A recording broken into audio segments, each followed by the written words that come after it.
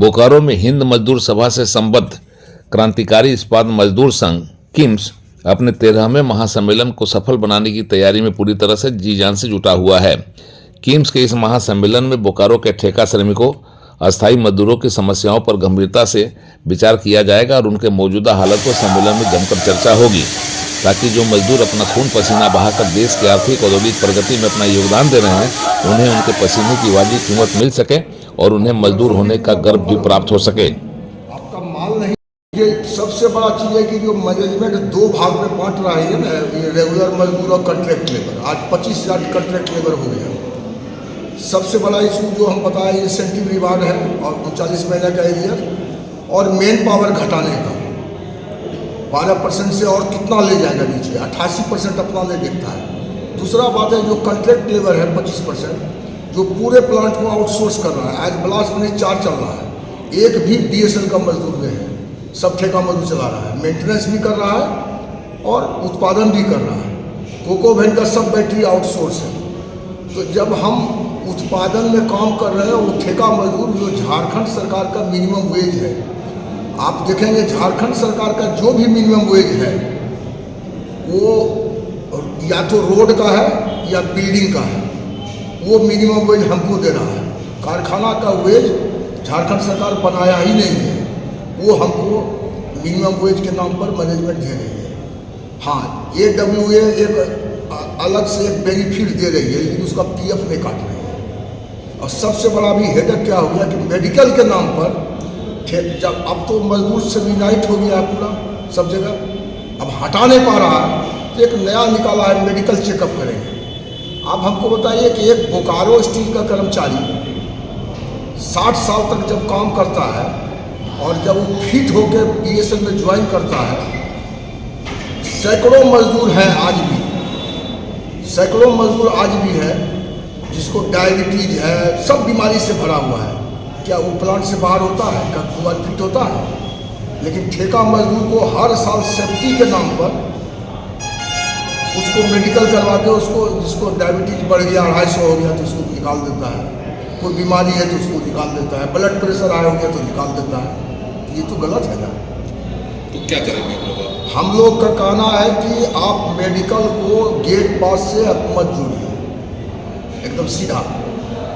दूसरी बात है कि ठेका मजदूर को AWA जो देते हैं आप अपना एक कोयला में बना दिया, अपना झारखंड सरकार का मिनिमम वेज नहीं माना हो तो वहाँ पर वो अपना वेज बना दिया, कोयला NTPC सब बनाया, लेकिन ये अभी तक नहीं बनाया है सेम।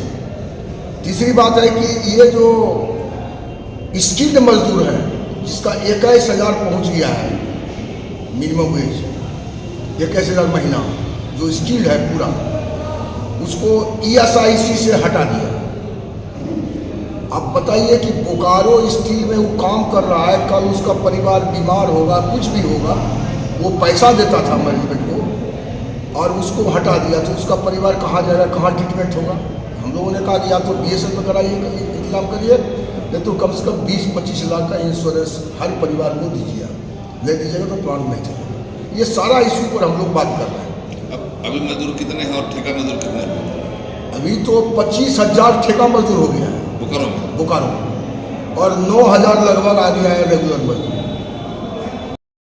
इस महासम्मेलन में उन परिस्थितियों पर भी चर्चा की जाएगी जो दर्जनों नहीं सैकड़ों की संख्या में बोकारो में श्रमिक संगठनों की बाढ़ को लाने के लिए जिम्मेदार रहे हैं।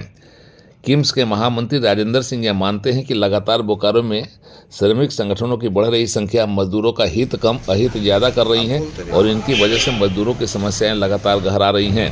लेकिन अब मजदूरों का बहुत अहित हो चुका है, अब मजदूर भी समझने लगे हैं और ऐसे संगठनों से खुद को काटकर इन्हें किनारा करने लगे हैं। इस महासम्मेलन में श्रमिक संगठनों की बढ़ती हुई बाढ़ पर भी विशेष रूप से चर्चा की जाएगी। सरकार या मैनेजमेंट हो, वो माने इस तरह से काम करना चाहिए कि मजदूर को मजदूर समझ ही नहीं रही है। एक तरफ जब लोग लड़ाई लड़े थे कि 8 घंटा हम काम करेंगे, कितना खून खराबा हुआ शिकागो में, उसके बाद एक अधिकार मिला और आज फिर पुनः उसी जगह हम जाने के लिए तैयार हो गए। उसका कारण सबसे बड़ा क्या है, बोकारो में कुकुर मुत्ता की तरह यूनियन खड़ा हो रहा है, और जितना यूनियन जो बन रहा है वो व्हाट्सअप यूनियन है। अभी आप देखे होंगे वो अनाधिशासी का यूनियन बनाया, मसाल जुलूस निकाला, 50 आदमी को शो काउज दे दिया, सब डर के हड़कंप हो गए। और हम लोग यूनियन करते हैं कि चास जेल में भी रहे, हजारीबाग सेंट्रल जेल में भी रहे, डिसमिस हुए, सस्पेंड हुए, लेकिन 200 चार्जशीट मिला, लेकिन मैनेजमेंट से पीछे कभी नहीं हटे। जो यूनियन जो संगठन है, श्रम संगठन, इनकी बहुतायत जो हुई है, कुकर मुत्ते की तरह जो आप बतला रहे हैं, इससे मजदूरों का अहित हो रहा है, बहुत अहित हो रहा है। और हम आपको अब मजदूर को धीरे धीरे समझ में आ रहा है, मजदूर को, कि वो जो यूनियन कुछ आया है उससे कितना क्षति हो रहा है मजदूर को, आप समझ में आ रहा है। कल भी बहुत सारे लोग SC ST के जो कमिटी है यहाँ, अभिमन्यु जो डील करता है, उसके बहुत सारे लोग कल हमारे यूनियन में ज्वाइन किए। मतलब अब जो यूनियन के नाम पर दुकानदारी हो रही है, बंद होने वाली है। हाँ, हमने कहा उनको कि किम्स का 13वां महासम्मेलन उस अवसर पर हो रहा है जब बोकारो स्टील प्लांट में उत्पादन लक्ष्य को प्राप्त करने की होड़ लगी है और वित्तीय वर्ष के समाप्त होने में महज 1.5 महीना बाकी रह गया है। इस 1.5 महीने में मजदूर किस भूमिका में होंगे, इस पर भी चर्चा होगी और उनकी समस्याओं पर भी चर्चा होगी।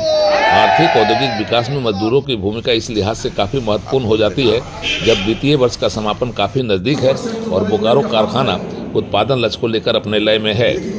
उड़ान लाइव ब्यूरो की एक्सक्लूसिव रिपोर्ट।